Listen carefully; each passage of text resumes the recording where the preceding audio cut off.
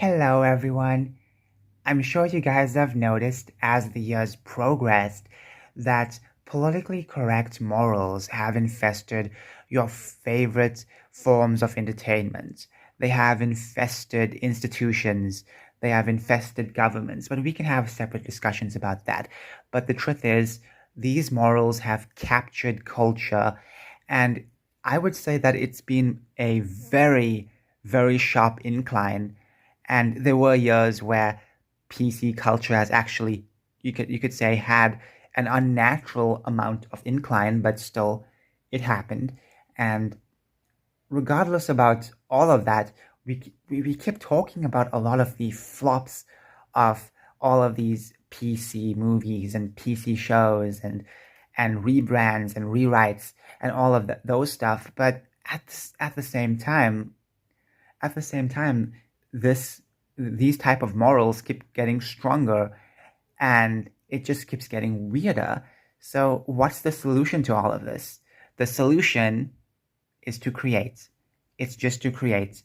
And obviously this sounds really difficult for some, but let me just say it doesn't have to be the most adventurous AAA RPG. It doesn't have to be the most vivid comic book. It doesn't have to be the most gigantic series of novels. You can have different genres. You can really write for different age groups too. And the next thing I have to point out is obviously focus on different demographics as well. Forgotten demographics, ignored demographics. If you want to make a scantily clad woman video game that goes out and just, has big big boing boings, then guess what? You can do that. You should do that. If you feel inclined to do so, you should do that and you should have fun while doing that.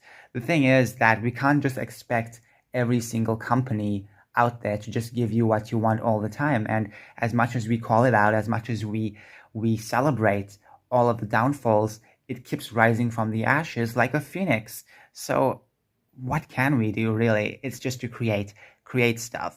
And remember, you can create different forms of entertainment. It doesn't only have to be satire. I know that when it comes to satire, many of us love it, but at the same time, we can also be sincere.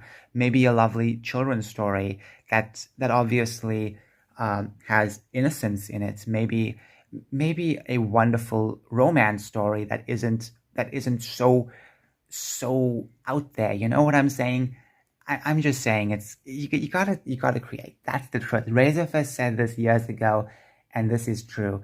You have to create the culture because the thing is that regardless of your political ideology, these days, if you just want things to kind of go the way they were, you obviously have to recreate that culture, or in other words, just just make a new culture, really, that takes inspiration from the old days, and there you go. Simple as that. Now, here's the thing.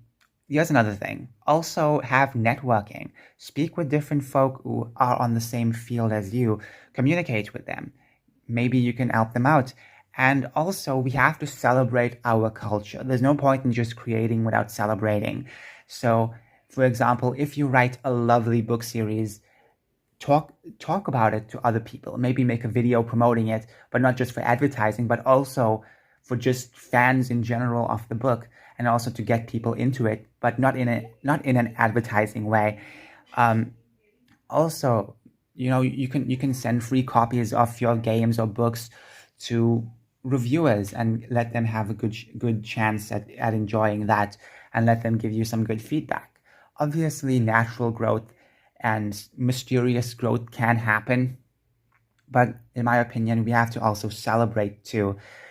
So there's basically, in other words, two major aspects for culture: create and celebrate. Two C's that are imperative, and we have to really continue with this.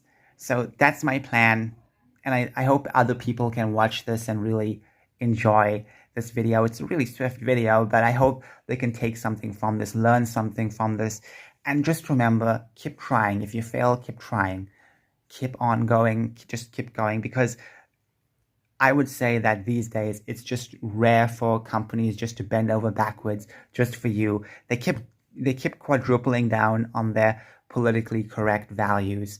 Okay, fine, let them do it.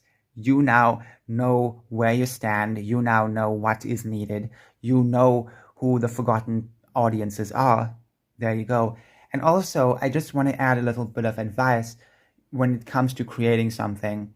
As I mentioned before, not everything needs to be satire, but either way, either way, when it comes to just challenging these type of books or whatever TV shows, movies, whatever you're creating, it shouldn't just feel like an anti-woke show. It should feel like just a show. It should be sophisticated. This is the problem. As much as I cheered on Mr. Bertram and Lady Ballers, two products from Daily Wire, the truth is that they were really anti-woke shows, and they relied a lot on anti-wokeism more than politically incorrectness. So there's that. So in other words, not everything needs to be anti-woke. You know what I'm saying? Not everything needs to be anti-woke. And and remember, sophistication matters. Even if you're writing a silly book, children's book about, I don't know, something really ridiculous, it needs to be sophisticated. It needs to treat itself sincerely and not ironically. Anyways, thank you so much for watching. Bye bye.